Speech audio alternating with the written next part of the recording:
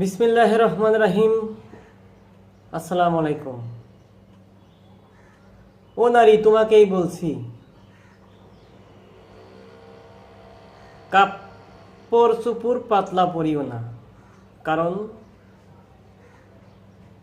গরমে হয়তো পাতলা কাপড় পরে রাস্তায় ঘোরাফেরা করা যায়, কিন্তু জাহান্নামের ভয় করতে হবে। জাহান্নাম যে এর চাইতে বেশি ভয়ঙ্কর, বেশি গরম। জাহান্নামী যখন জাহান্নামে যাবে, ঠিক 500 বৎসর দূরত্ব হইতে জাহান্নামের তাপ সে উপভোগ করবে। জাহান্নাম যে এতই ভয়ঙ্কর, জাহান্নামী যখন জাহান্নামে প্রবেশ করবে, সে তখন জাহান্নামী কখনো হাসবে না। ফাঁসির আসামি কখনো কখনো হাসে, সারা জীবন যার জেল সেও কখনো হাসে। যে ব্যক্তি জানে আমার কিছুক্ষণ পরে মৃত্যু হবে, সে ব্যক্তিও হাসে।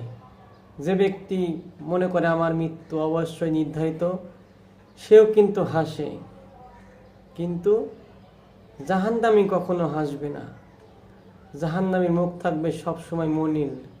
তাই আসুন আমরা জাহান্নামের ভয় করি, পাতলা কাপড় পরিধান হইতে বিরতি থাকি। আমরা অনেক সময় শহর বাজারে দেখি বিভিন্ন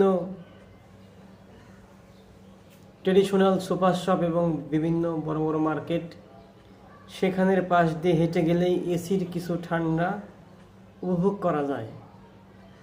কারণ দরজাটা সবসময় মাঝে মধ্যে ওপেন থাকে, মাঝে মধ্যে ক্লোজ থাকে। এই জন্য সবসময় ঠান্ডাটা সেখানে কিছুটা হইলেও তার কাছাকাছি গেলে ঠান্ডাটা বয়। কিন্তু সেখানে অনেক ঠান্ডা ভিতরে, কিন্তু ঠান্ডাটা ভিতরে গিয়ে উপভোগ করতে হয়। বাহির থেকে কিছুটা হালকা কিছুটা দরজাটা যখন ওপেন হয় তখন কিছুটা আসে। কিন্তু জাহান্নাম এমন একটি ভয়ঙ্কর জায়গা, 400 বৎসর দূরত্ব হইতে জাহান্নামের তাপ উপভোগ করা যাবে। তাহলে জাহান্নামের তাপ কতটা ভয়ঙ্কর আমরা একটু চোখ বন্ধ করে চিন্তা করি। আসুন আমরা জাহান্নামকে ভয় করি, অন্ধকার কবরকে স্মরণ করি। অন্ধকার কবর কখন যেন আসবে, আমাদের মাঝে মরণ। সবাই করি প্রতিদিন একবার হইলেও স্মরণ।